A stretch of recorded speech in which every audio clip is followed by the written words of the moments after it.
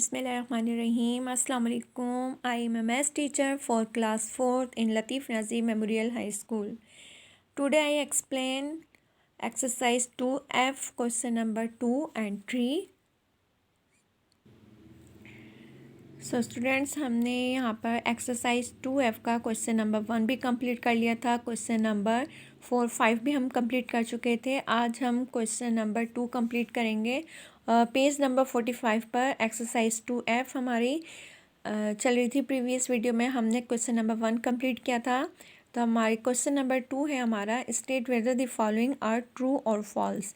यानी कि यहाँ पर हमें जो स्टेटमेंट्स दी गई हैं, 5 स्टेटमेंट्स दी गई हैं, हम इन्हें पढ़ेंगे और देखेंगे कि ये स्टेटमेंट हमारी ट्रू है या फॉल्स. तो फर्स्ट स्टेटमेंट क्या है हमारी, यहाँ पर देखें, द LCM ऑफ 2 और more prime numbers is equal to the product of the number.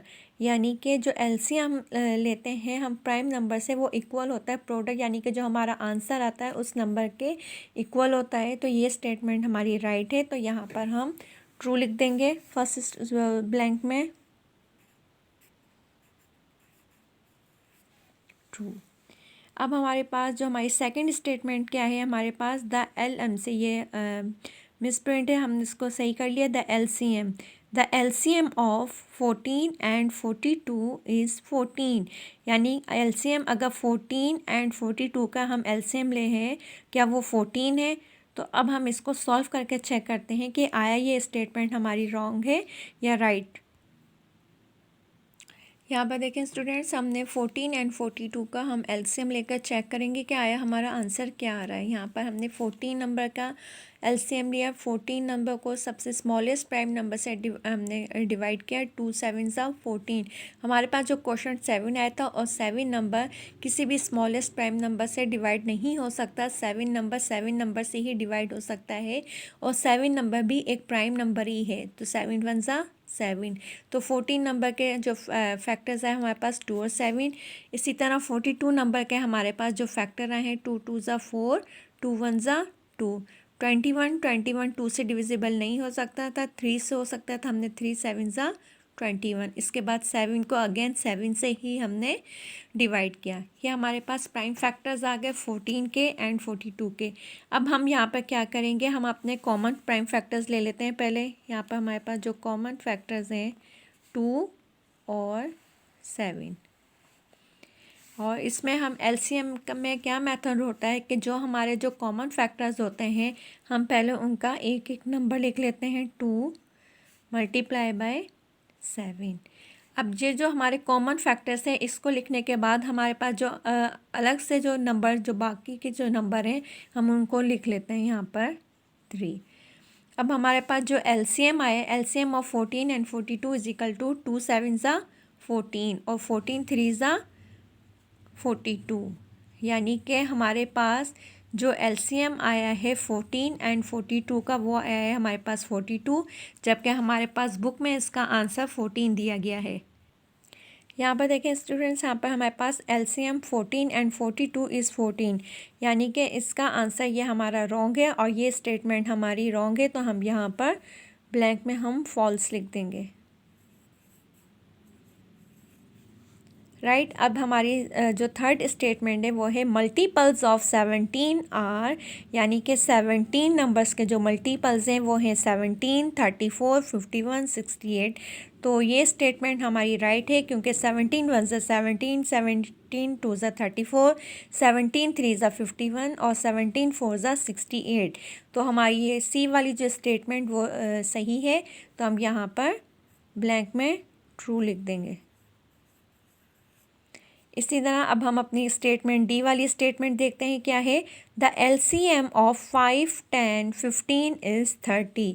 यानी कि 5 10 और 15 का जो LCM है 30 है. तो इसको भी हम ये बी वाली स्टेटमेंट की तरह पहले सॉल्व करके फिर चेक करते हैं कि आया ये हमारी जो स्टेटमेंट है ट्रू है.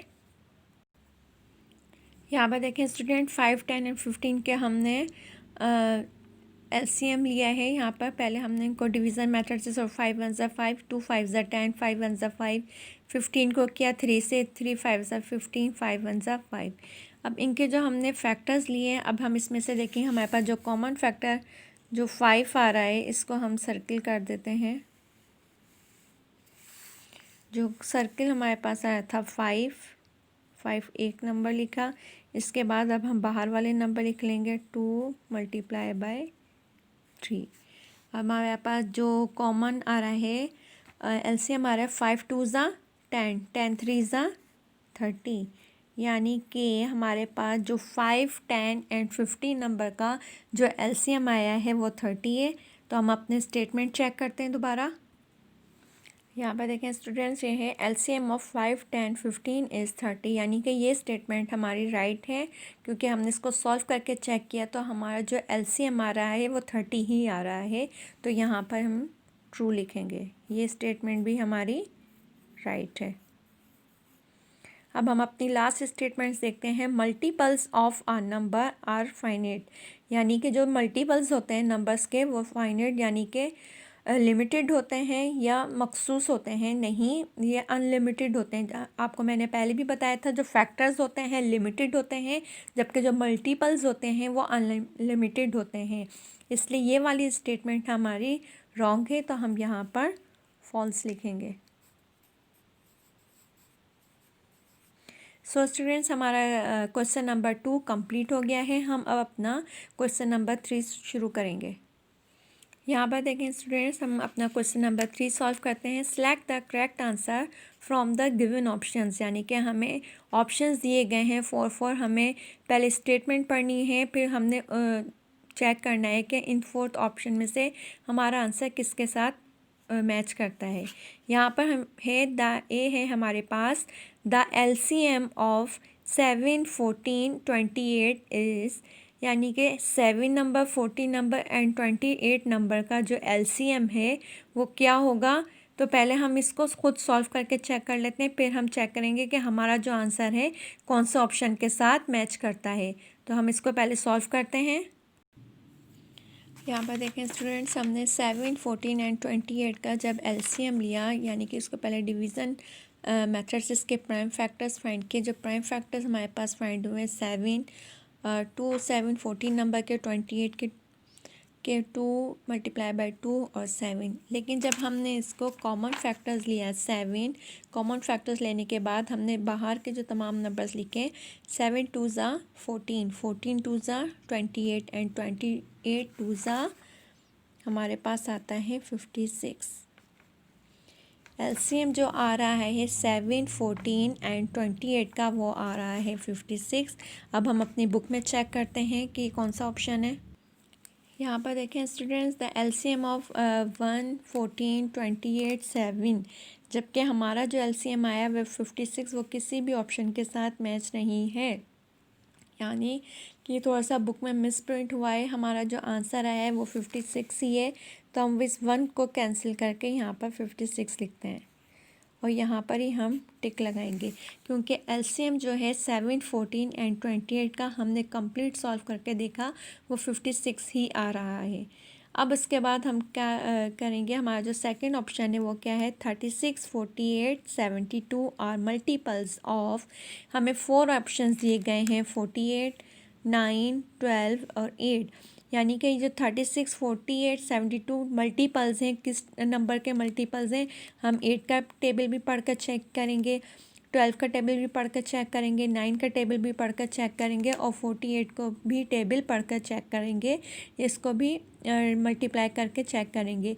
तो हमने जो चेक किया है उस पर हमारे 12 के टेबल से 12 2 ज़ा 24, 12 3 ज़ा 36, 12 4 ज़ा 48, 12 5 ज़ा 60 एंड 12 6 ज़ा 72, यानी कि ये जो हैं नंबर्स ये हमारे मल्टीपल्स हैं 12 नंबर के, और हमने 12 नंबर के ऊपर यहाँ पर टिक का साइन लगा दिया। तो ठीक है, अब है हमारे पास see the LCM of 20 25 and 35 is, यानी इन नंबर्स का भी हमने एलसीएम, तो इसको भी हम उसी तरह पहले हम सॉल्व करेंगे, सॉल्व करके चेक करते हैं कि हमारा जो आंसर है कौन सा ऑप्शन के साथ मैच करता है। इसको भी सॉल्व करके चेक कर लेते हैं। यहाँ पर देखें स्टूडेंट्स, हमने 20 25 और 35 को एलसीएम लिया है उनका डिवीज़न मेथड से। तो क्या है हमारे पास 5 नंबर जो कॉमन आया है 5 नंबर लिखा, उसके बाद हमारे जो एक्स्ट्रा के तमाम नंबर्स हैं हमने वो लिखे। इन तमाम नंबर्स को जब हमने मल्टीप्लाई किया 5 5 ज़ा 25, 25 2 ज़ा 50, 50 2 ज़ा 100 और 100 7 ज़ा 700, यानी कि हमारा जो इसका आंसर आया है वो 700। अब हम चेक करते हैं ये हमारे कौन सा ऑप्शन के साथ मैच कर रहा है। यहाँ पर देखें स्टूडेंट्स, हमारा जो आंसर है 20, 25 एंड 35 का जो हमने एलसीएम लिया, हमारा आंसर फोर्थ वाले ऑप्शन 700 आंसर आया था। तो ये हमारे फोर्थ ऑप्शन के साथ मैच कर रहा है, तो यानी कि 700 ही इसका एलसीएम है। अब इसका जो डी है statement, the first 4 multiples of 15 are, यानी जो 15 नंबर्स के जो फर्स्ट 4 मल्टीपल्स हैं वो कौन से हैं। यहाँ पर हमारे पास 4 ऑप्शन है, तो हम 15 का अगर टेबल चेक करें 15 1 ज़ा 15, 15 2 ज़ा 30, 15 3 ज़ा 45, 15 4 ज़ा 60, यानी कि जो थर्ड वाला ऑप्शन है ये हमारे 15 नंबर के फोर्थ मल्टीपल्स हैं, फर्स्ट 4 मल्टीपल्स हैं। तो हमने ये थर्ड वाले ऑप्शन पर टिक कर दिया। अब इसी तरह इसका लास्ट जो स्टेटमेंट है हमारे पास, the LCM of 8 and 9 is, यानी इसका भी 8 और 9 का भी एलसीएम लेते हैं, उसको चेक करते हैं कि एलसीएम क्या आता है और वो हमारे कौन से ऑप्शन के साथ, हमारा जो आंसर है हमारे कौन से ऑप्शन के साथ मैच करता है। तो इसको भी सॉल्व करके देखते हैं। यहाँ पर देखें स्टूडेंट्स, हमने 8 और 9 नंबर का जो एलसीएम लिया, 8 नंबर के प्राइम फैक्टर्स लिए, 9 नंबर के प्राइम फैक्टर्स लिए, लेकिन यहाँ पर हमारे कोई भी प्राइम फैक्टर्स मैच नहीं हो रहे, कॉमन नहीं हो रहे, इसलिए हमने इन तमाम प्राइम फैक्टर्स को यहाँ पर लिखा। LCM of 8 and 9 is equal to 2 2 ज़ा 4, 4 2 ज़ा 8, 8 3 ज़ा 24 एंड 24 3 ज़ा 72, यानी कि हमारे पास 8 और 9 नंबर का जो एलसीएम आया है वो 72 है। अब हम चेक करते हैं कि हमारा आंसर किस ऑप्शन के साथ मैच करता है। यहाँ पर देखें स्टूडेंट्स, हमने 8 और 9 नंबर का जो एलसीएम लिया है वो 72 आया, और 72 हमारा फर्स्ट ऑप्शन है, यानी कि जो हमारा आंसर है वो हमारे फर्स्ट ऑप्शन के साथ मैच किया है। यहाँ पर हमने करेक्ट आंसर पर टिक लगा कर दिया है। तो अब ये हमारा क्वेश्चन नंबर 3 भी कंप्लीट हो गया है। सो स्टूडेंट्स, हमने अपनी एक्सरसाइज 2F कंप्लीट कर लिए। आपकी जो दोनों एक्सरसाइज थी, एक्सरसाइज 2E और एक्सरसाइज 2F कंप्लीट हो चुकी है, और ये मैंने इनके जो नोट्स हैं वो व्हाट्सएप के थ्रू आपको सेंड भी कर दिए गए हैं ग्रुप में।